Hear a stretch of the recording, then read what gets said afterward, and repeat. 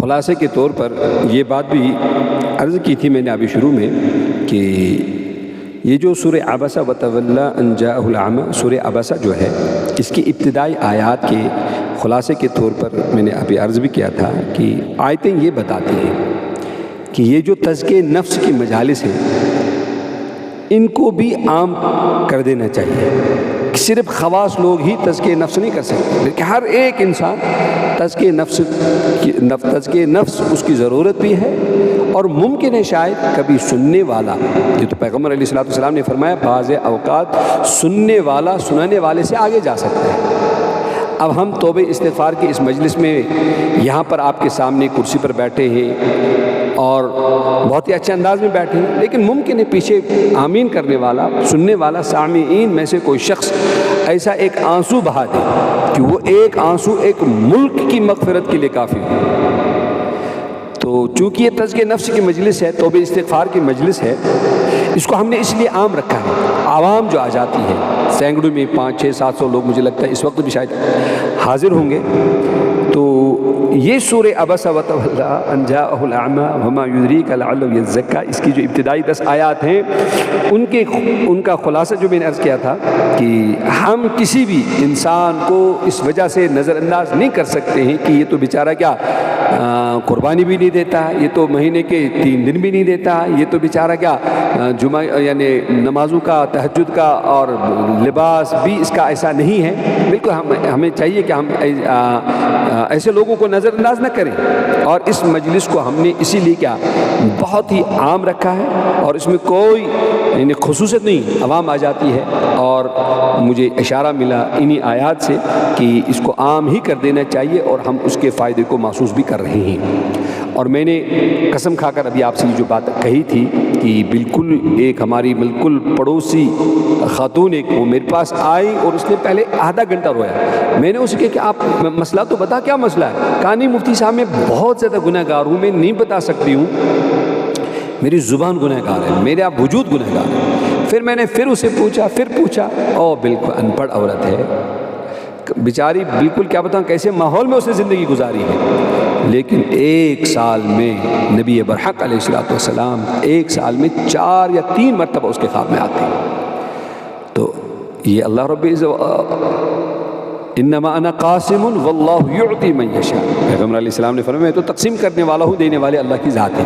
تو جب دینے والے اللہ کی ذات ہے تو انشاءاللہ تعالی امید ہے کہ بہت سارے نوجوان ہیں آپ میں سے کہ انشاءاللہ تعالی وہ ہم سے زیادہ فائدہ حاصل کر سکتے ہیں. اور آپ کی اسی مجلس میں اسی تحصیل ہندواڑہ کا ایک شخص میرے پاس آیا، کہنے لگا مفتی صاحب میں خودکشی کے لیے جا رہا تھا، پوری میں نے تیاری کر لی، میں نے میسیج بھی لکھی، میں نے خط بھی لکھا میں کیوں کر رہا ہوں. پھر میرے دل میں یہ خیال بھی آیا کہ میں اگر خودکشی کر لوں گا تو اللہ سے کیا کہوں گا. پھر میں نے اپنے آپ کو اس طرح جواب دے دیا کہ اللہ کو میری مجبوریوں کا پتہ ہے، اللہ کو میری مجبوریوں کا پتہ ہے، اللہ مجھے معاف کر دیں گے.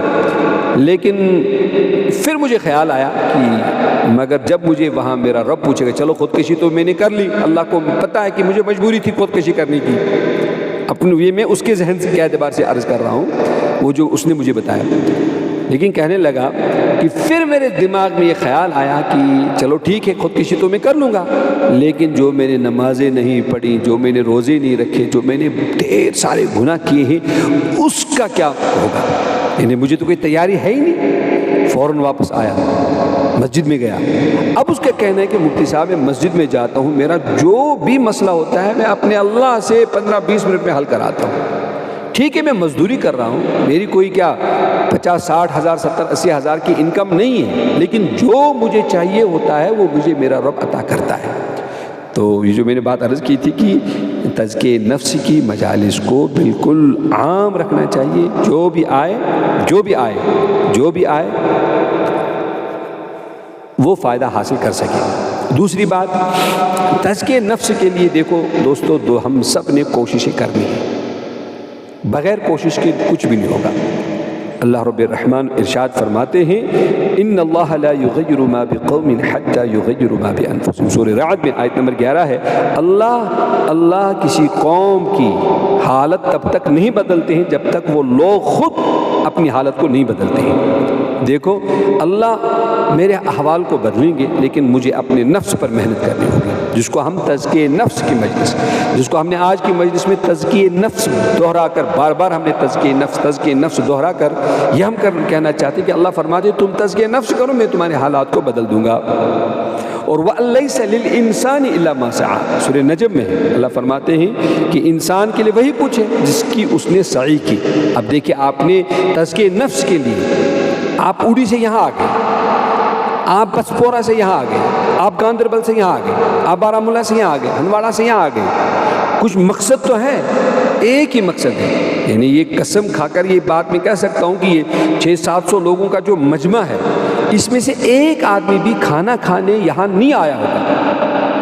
کئی مرتبہ مجھے کہ لوگوں نے کہا بھی ہے نا، کیا بھنڈارا آسان لوگ آتے ہیں کھانا کھاتے ہیں، تو میں نے ان سے کہا کہ ارے نادانو، آج کس گھر میں کھانا نہیں پکتا ہے، یہاں کیا کھانا کھائیں گے؟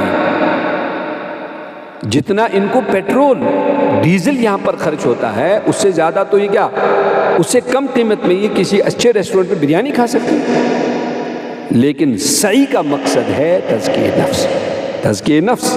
بس آپ اس تزکیہ نفس کے لیے جو یہاں آتے ہیں، اللہ رب ذوالجلال بھی اس کو دیکھتے ہیں، رب رحمان کو پتہ کیوں جا رہا ہے۔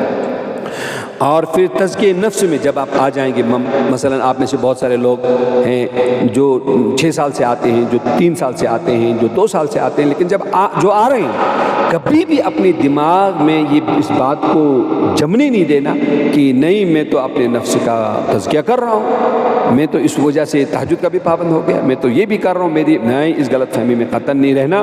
اللہ رب العزت فلا تزکوا انفسکم هو اعلم بمن اتقى فرما رہے ہیں۔ کیا فرما رہے رب الرحمن؟ تم اپنے نفس کی پاکی کے دعوے نہ کرو، میں قربانی والا ساتھی ہوں۔ ارے یہ اصطلاح ہی ختم کر دینی چاہیے۔ لوگ سناتے مسجدوں میں، اتنے سارے ہماری مسجد میں قربانی دینے والے ساتھی ہیں، اور نہیں، جو قربانی جنہوں نے آج تک دی انہوں نے یہ کہا سبحانک ما عبدناک حق عبادتک، سبحانک ما شکرناک حق شکرک۔ دوبارہ اللہ فرماتے فلا تزکوا انفسکم، ان نفس تزکیہ انہیں تزکیہ دعویٰ مکریو کین ہوا اعلم، اللہ زیادہ بہتر جانتے ہیں کہ بمن اتقا، کہ واقعتاً متقی اور پرہیزگار کون ہے، متقی اور پرہیزگار کون ہے، یہ میرا رب ذوالجلال جانتا ہے۔ اس لیے آپ کوشش کرتے رہیں، کوشش کرتے رہیں، لیکن کوشش کرتے کرتے دعوے سے بچ جائیں۔ دعویٰ بالکل نہ کریں، دعویٰ بالکل نہ کریں، قطعاً نہ کریں۔ کیوں؟ ہوا اعلم، اللہ بہتر جانتے ہیں کہ کون تم میں سے تقویٰ والا ہے، کون تم میں سے تقویٰ والا ہے۔ اور جب آپ تزکیہ نفس کے لیے کوشش کریں گے، چاہے آپ ذکر و اذکار کریں، جو بھی کریں گے، دیکھیے اس کا فائدہ آپ کو ہوگا۔ میں خود کروں گا، میرے تزکیہ کا فائدہ مجھے ہوگا، آپ کریں گے آپ کو خود ہوگا۔ وَمَن تَزَكَّىٰ فَإِنَّمَا يَتَزَكَّىٰ لِنَفْسِهِ، جو شخص تزکیہ نفس کرتا ہے، اپنے نفس کو دھوتا ہے، صاف کرتا ہے رذائل سے، کبر سے، غرور سے، عناد سے، غصے سے، شرارت سے، جو اپنے نفس پر محنت کرتا ہے۔ میں نے ابھی آپ سے عرض بھی کیا کہ ہمارے نمازیں بھی نفس کی غلام ہیں، ہماری تقاریر سننا اور سنانا، اس میں بھی بعض اوقات نفسی ہوتا ہے۔ تو نفس کو حاوی نہیں، بلکہ ہمارے نفس پر ہماری نماز حاوی ہونی چاہیے، ہماری تلاوت پر ہمارا نفس بھاری نہیں ہونا چاہیے، بلکہ نفس پر ہی تلاوت بھاری ہو، لیکن الٹا ہوتا ہے۔ اسی لیے میرے دوستو، مجھے وہ آیت جب یاد آتی ہے تو میرا سر چکراتا ہے اللہ، کہ حضرت یوسف علیہ السلام یہ بات کہہ دے ان النفس لامارۃ بالسوء الا ما رحم ربی، ارے نفس تو انسان کو ہمیشہ برائیوں کی طرف لے جاتا ہے، الا ما رحم ربی، مگر جس پر میرا رب رحم فرمائے۔ تو آپ بھی تزکیہ نفس اپنی طاقت کے بل بوتے پہ، علم کے بل بوتے پہ، قربانی کے بل بوتے پہ نہیں کر سکتے ہیں، رونا پڑے گا، رونا پڑے گا، ہونا پڑے گا اللہ کے دربار میں۔